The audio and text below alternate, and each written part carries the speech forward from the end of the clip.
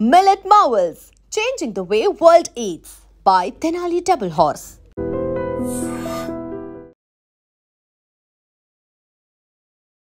Welcome to iDream mind lab. నేను ఉదయశ్రీ. గత కొంతకాలంగా కూడా ఇల్లీగల్ ఎఫైర్స్తో భార్యలని భర్తలు, భర్తలను భార్యలు చంపడాలు మనం చూసాము, ఇంకా జరుగుతూ ఉన్నాయి కూడా. కానీ రీసెంట్గా కొన్ని ఇన్సిడెంట్స్ జరిగాయి. దాన్ని బట్టి చూస్తే ఏమనిపిస్తుందంటే సమాజంలో మార్పు వచ్చిందా అని అనిపిస్తుంది. సో ఇదే ఇవాల్టి మన టాపిక్. దీనిపై మాట్లాడడానికి ఫ్యామిలీ కౌన్సిలర్ రజనీ రమ గారు మనతో ఉన్నారు. మాట్లాడదాం. నమస్తే అమ్మ, వెల్కమ్ టు అవర్ స్టూడియో. నమస్తే ఉదయ, థ్యాంక్ యూ. అమ్మ, మీరు చూస్తూ ఉన్నారు కదా, ఇలాంటి ఇన్సిడెంట్స్ గురించి మనం చాలాసార్లు మాట్లాడాం. చాలా క్రైమ్స్ జరిగిపోతూ ఉన్నాయి ఇల్లీగల్ ఎఫైర్స్తో. సో ఆ మైకంలో వాళ్ళు ఏం చేస్తున్నారో వాళ్ళకి తెలియట్లేదు. కానీ ఒక చిన్న ఓదార్పులాగా అంటే చేంజ్ వచ్చిందా అన్నట్టుగా అనిపిస్తోంది.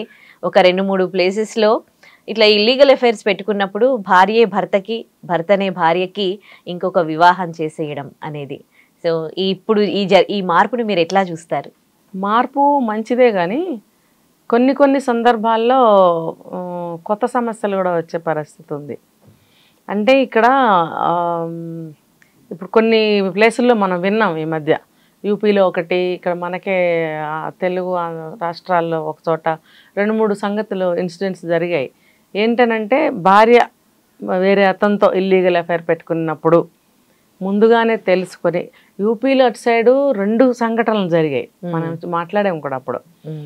అయితే వాళ్ళే పెళ్లి కూడా చేశాడు భార్యకి, ఇంకొక అతను పంపించేయటం ఏదో జరిగింది.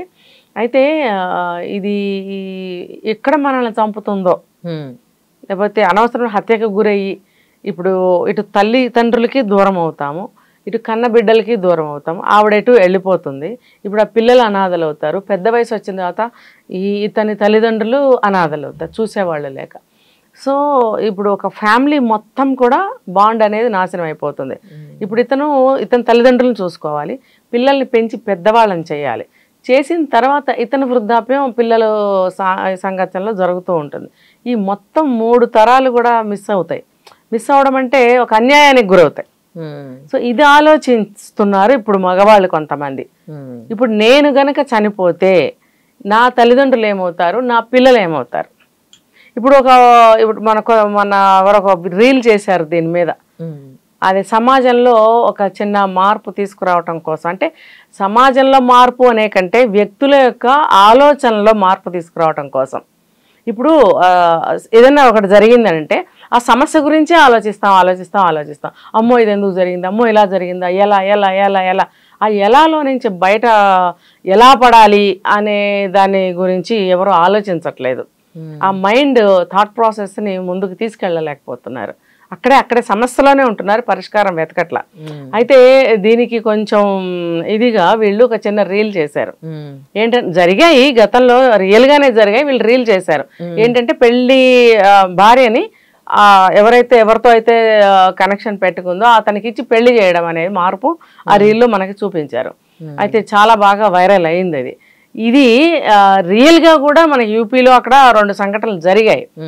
ఎందుకు అంటే సరే ఇతను మగతను పిల్లల్ని భార్య తల్లిదండ్రుల్ని చూసుకోగలను, ఈమెను పంపించేద్దాం అని చెప్పి ఆ అమ్మాయి ఇల్లీగల్ అఫైర్ పెట్టుకున్న అతనితో పంపించేయడమో పెళ్లి చేయడమో అనేది ఈ సమస్యకి పరిష్కారం. ఓకే, మనం కూడా చాలాసార్లు చెప్పుకున్నాం, అమ్మ అయ్యా మీరు ఇష్టం లేకపోతే మీ దారి మీరు వెళ్ళిపోండి, అంతేగాని చంపద్దు చంపుకోవద్దు అని మనం చెప్పుకున్నాం. దానివల్ల పిల్లలు అనాథలు అవుతారు. ఒక వ్యక్తిని చంపే హక్కు ఎవరికి లేదు. నువ్వు చస్తావో బ్రతుకుతావో, నువ్వు ఎవరితోనా పోతావో, అది నీ వ్యక్తిగతమైన విషయం. దానికోసం నువ్వు వెళ్ళిపోవడం కోసము నువ్వు తప్పు చేస్తున్నావు, వెళ్ళిపోవాలనుకుంటున్నావు. ఇక్కడికి చంపడం ఎందుకు? అతనేం తప్పు చేశాడు? అతను బ్రతుకుతాడు కదా. నువ్వు వెళ్ళిపోతే అతనేమి అదేమంటారు దేవదాస్ లాగా ఏమి అయిపోడు. అతను ఇన్సెక్యూర్ ఫీలింగ్, ఏమైనా చేస్తాడేమోనని ముందే భయం, ఎలా అయినా చేస్తారనే బుద్ధి జ్ఞానం ఇప్పటికి జనానికి వచ్చింది, రావాలి. ఇప్పుడు ఏదో ఒకటి మనకి చంపినప్పుడు ఒక నేరం ఘోరం చేసినప్పుడు సాక్ష్యాలు ఎట్లయినా వదిలిపెట్టిపోతారు, ఎక్కడైనా దొరుకుతుంది. ఇప్పుడున్న టెక్నాలజీతో ఒక పూటలోనే పట్టుకుంటున్నారు, గంటలో కూడా పట్టుకుంటున్నారు. అలా జరుగుతున్నప్పుడు కళ్ళు చెవులు మూసుకుని ఉంటున్నారా వీళ్ళు? అన్ని తెలుసుకుంటున్నారు కదా, అన్ని తెలుసుకునే వాళ్ళకి ఇష్టం వచ్చినట్టు చేస్తున్నారు. కాబట్టి ఇవి తెలియదని మనం అనుకోవాల్సిన పని లేదు, అన్ని తెలుసు. అన్ని తెలిసి కూడా వీళ్ళని ఎందుకు చంపుతున్నారంటే మీరు అన్నారు ఆవేశంలో, ఆలోచన లేక అట్లానే చేస్తున్నారు. అంటే ఆలోచన లేక, ఇప్పుడు మీరు మైండ్ ప్రాసెస్ అట్లా ఉంది వాళ్ళకి, ఆ ఆలోచనలు సరిగ్గా లేక. ఇప్పుడు ఈ రీల్ ఏదైతే ఉందో అందులో మీ ఆయన అడ్డం ఇలా మనం దొంగతనంగా కలుసుకోవడం ఎన్నాళ్ళు, మరి మీ ఆయన్ని లేపేద్దాం అంటాడు, అమ్మో అంటుంది. సెకండ్ స్టెప్లో ఓకే అంటుంది. అంటే అంత ఈజీగా భర్తను చంపేయడానికి ఒప్పేసుకున్నప్పుడు అవతల వాడికి ఏం పోయింది? మరి నీ పిల్లల్ని ఏం చేస్తావంటే, ఉన్నాడు కదా ఆల్రెడీ హాస్టల్లో ఉన్నారు పిల్లలు, మా ఆయన చూసుకుంటాడులే, పర్వాలేదులే, మన ఇద్దరం చంపేద్దాం అంటుంది. అని అంటే అవతల వాడికి ఏ బంధం ఉంది, ఏ ఎఫెక్షన్ ఉంటుంది?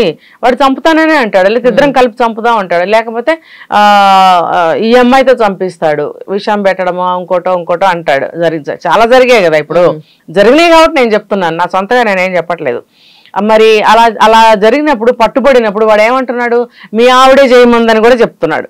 ఎన్ని కేసులు చూసాం కదా మనం. వాడు తప్పుకుంటాడు, ఇరుక్కునేది నువ్వే.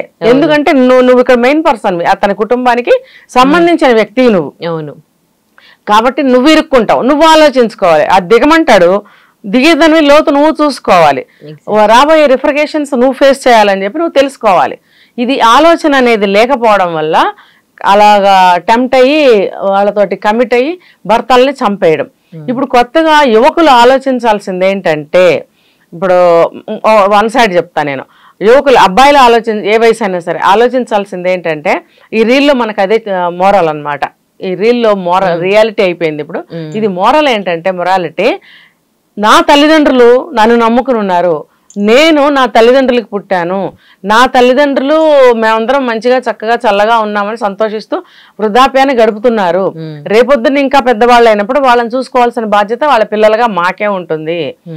కొడుకులు చూడాలి అని చెప్పి అంటారు కదా, సో నాకే బాధ్యత ఉంది. ఇప్పుడు నా కడుపును పుట్టిన పిల్లల్ని నేనే చూసుకోవాలి కదా.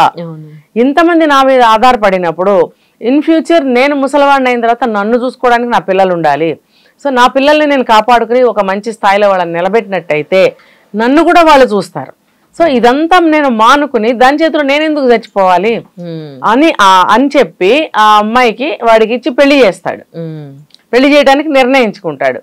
నిర్ణయించుకున్నప్పుడు అడుగుతాడు, నీకు నేనేమి తక్కువ చేశాను, నాలో లేనిది వాళ్ళలో ఏముంది, పిల్లల ముఖం చూడలేదా అని అడిగినప్పుడు సమాధానం చెప్పదు.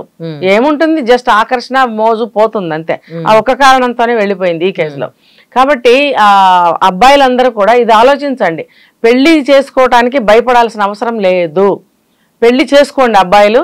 అంటే ఈ వస్తున్న మార్పుకి అనుగుణంగా నేను కూడా కొన్ని మార్పులు తీసుకురాదలుచుకున్నాను ఆ మెసేజెస్లో. ఇప్పటి వరకు మనం కొన్ని చెప్పుకున్నాం. ఇప్పుడు కొత్తగా నేను చెప్పేది, చాలా మంది అమ్మాయిలు అబ్బాయిలు మేము పెళ్లిళ్ళు చేసుకోమని చెప్తున్నారు కదా, అలా రేపొద్దున వాళ్ళ ఫ్యూచర్లో వాళ్ళు ఒంటరి వాళ్ళయి, అనారోగ్యం వచ్చినా ఇంకోటి వచ్చినా ఒంటరి వాళ్ళయి ఫ్యూచర్లో అల్లాడిపోతారు పెద్ద వయసు వచ్చిన తర్వాత. సో ఒక తోడు నీడ పిల్లలు అంతా కావాలి కాబట్టి, కుటుంబం కావాలి కాబట్టి పెళ్ళి అనేది చేసుకోండి. వాళ్ళు ఉన్నారా మీతో చివరి వరకు ధన్యులం, లేరు అనుకోండి నో ప్రాబ్లం. మీకు తల్లిదండ్రులు ఉన్నారు, మీకు పుట్టే పిల్లలు ఉంటారు, వీళ్ళతోటి మీ జీవితాన్ని గడపండి. మీకు ఇంకా అన్ని కలిసి వస్తే ఇంకో మ్యారేజ్ చేసుకోవాలనుకుంటే కూడా చేసుకోవచ్చు. లేదనుకుంటే ఆ పిల్లల్ని తల్లిదండ్రుల్ని చూసుకుంటూ మీ కుటుంబం అంతా కలిసి మీరు బ్రతకవచ్చు. ఇంకా ఆడవాళ్ళ విషయానికి వస్తే, వీళ్ళు భర్తలు వెళ్ళిపోయారనుకోండి, ఇది ఒక క్వశ్చన్ అనమాట. ఇప్పుడు ఒక ప్రశ్నగా నిలబడింది సమాజంలో. ఇప్పుడు ఆడవాళ్ళు భర్తలు వెళ్ళిపోతే హారతి ఇచ్చి ఇంకో దాంతో పెళ్లి చేసుకొని ఆయన అని పంపించేస్తారు, ఓకే. మరి ఇక్కడ ఈ అమ్మాయి పెద్దగా చదువుకోలేదు, ఏ జాబ్ లేదు, శాలరీ లేదు, పిల్లలు ఒకళ్ళ ఇద్దరు ఉంటారు. ఈ అమ్మాయి జీవితాన్ని ఎలా గడపాలి? దీనికి పరిష్కారం ఏంటి అంటే, ఆ అమ్మాయి కూడా ధైర్యంగా ముందుకు నడవాలి. తనకి తల్లిదండ్రులు ఉంటారు, సిబ్లింగ్స్ తోడబుట్టిన వాళ్ళు ఉంటారు.